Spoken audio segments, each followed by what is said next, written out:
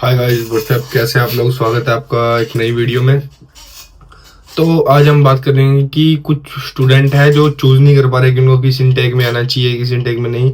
तो आज हम उसी के बारे में बात करने वाले हैं कि आपके लिए कौन सा इनटेक बेटर होगा, क्योंकि मैंने कुछ स्टूडेंट से बात की थी जो अलग अलग इनटेक से आए हैं।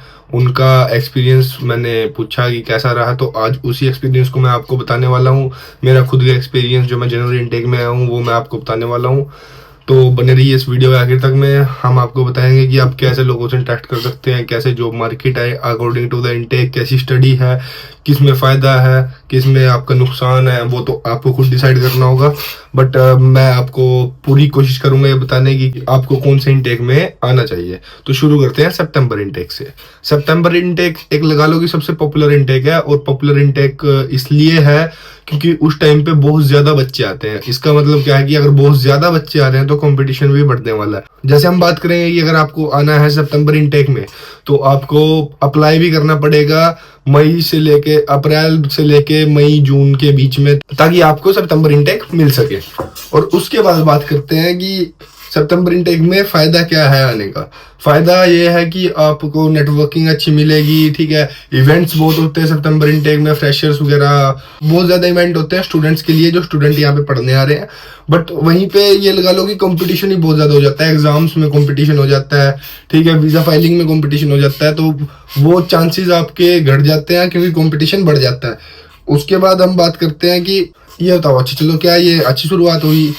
ऑलमोस्ट आपको नेटवर्क अच्छी मिल गई, इवेंट्स मिल गए, सोशलाइजिंग कर लिया आपने, but I don't think so कि ये एक अच्छी शुरुआत है। क्योंकि सितंबर इनटेक को चुनने का मतलब सिर्फ ये नहीं है कि आप एक अच्छी यूनिवर्सिटी का एक्सपीरियंस ले रहे हो, बट आपको as well as job market भी देखना पड़ेगा। तो अब हम बात करते हैं जनवरी इनटेक की। जनवरी इनटेक एक मौका है, ये नहीं पता कि एक अच्छा मौका है या नुकसानदायक मौका है। क्योंकि एक स्टूडेंट आया था जनवरी में, उसने बताया कि हाँ, मैंने जनवरी में अप्लाई किया था, मेरे को ज़्यादा टाइम मिला स्टडी के लिए। एज यूजुअल जनवरी का जो इनटेक होता है उसका कोर्स टाइमिंग होती है ऑलमोस्ट 16 मंथ्स, और इसमें आपको टाइम मिल जाता है ज़्यादा। बट अगर आप को जनवरी इनटेक में आ रहे हो तो जनवरी इनटेक अच्छा मौका है आपको स्टडी करने, आपकी स्टडी के लिए, क्योंकि आपको टाइम मिलेगा ज्यादा। क्या आप जनवरी में अच्छी जॉब ले सकते हो ये नहीं पता आपको। जनवरी इनटेक में बच्चे बहुत कम आते हैं, इसका मतलब है कि आपका कंपटीशन कम हो जाता है। कंपटीशन कम होने के बावजूद भी आपको जॉब मुश्किल हो जाती है मिलना जनवरी इनटेक में, बिकॉज उस टाइम पे ऑलमोस्ट यूके में सब काम बंद बंद ही रहते हैं। या जनवरी इनटेक आपको सिर्फ एक्स्ट्रा टाइम देता है पढ़ने के लिए, या फिर आगे जॉब मार्केट है जो आपकी, उसमें अपॉर्चुनिटी, बेहतर अपॉर्चुनिटी दे सकता है नहीं दे सकता, उस बारे में भी हम बात करते हैं। तो अब हम बात कर लेते हैं मई इनटेक की। मई इनटेक एक है कि अगर आप मई इनटेक में आ रहे हो, you will be graduated earlier.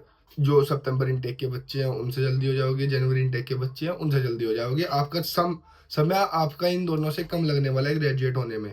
और मैंने इसी बारे में स्टूडेंट से बात की, उसने बोला कि हाँ, मेरे को ये फ़ायदा हुआ है कि मैं जल्दी ग्रेजुएट हो गया था मई इनटेक की वजह से। बट उस टाइम बहुत लिमिटेड इवेंट्स थे, इवेंट्स बहुत लगा लो कि उसको जैसे हम जनवरी में आए हैं, सितंबर के बच्चे हैं, तो इवेंट्स बहुत लिमिटेड होते हैं, लिमिटेड हो जाते हैं मई में, क्योंकि मई में जनवरी के इवेंट खत्म हो जाते हैं, सितंबर के इवेंट स्टार्ट होने होते हैं। तो मई जून जुलाई पूरा इवेंट लगा लो बहुत कम। यूके में बहुत ज़्यादा गर्मी बढ़ जाती है, बच्चे छुट्टियों पे होते हैं जून जुलाई अगस्त सितंबर। तो मतलब कोई उसका मतलब बनता नहीं कि हाँ हम मई इनटेक में आए या ना आए, क्योंकि अगर आपको स्टडी जल्दी करनी है कंप्लीट तो you can choose a May intake. But I don't think so कि मई एक अच्छा ऑप्शन है। इसी बारे में हम लास्ट टाइम बात करेंगे कि क्या मई आपको सिर्फ जल्दी ग्रेजुएट होने के लिए चूज करना चाहिए, या फिर जॉब अपॉर्चुनिटी मई में है या नहीं है।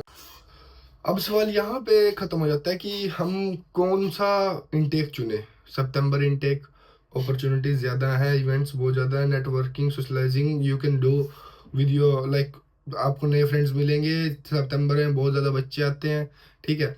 उसके बाद है जनवरी इनटेक। अगर आप थोड़ी तैयारी करना चाहते हैं, सितंबर इनटेक से ज़्यादा टाइम मिल जाता है आपको। और अगर आप ये है कि कंपटीशन कम चाहते हैं, तैयारी करना चाहते हैं, जनवरी इनटेक आपके लिए बेटर है। और उसके बाद अगर आपको ये है कि थोड़ा पर्सनल अटेंशन चाहिए, क्योंकि बच्चे कम होते हैं जनवरी इनटेक में, तो लाइक ऑलमोस्ट ऑलमोस्ट आप टीचर से फेस टू फेस बात कर सकते हो, इन लेक्चर्स भी एज वेल, ठीक है, क्योंकि जनवरी इनटेक के बच्चे बहुत कम होते हैं।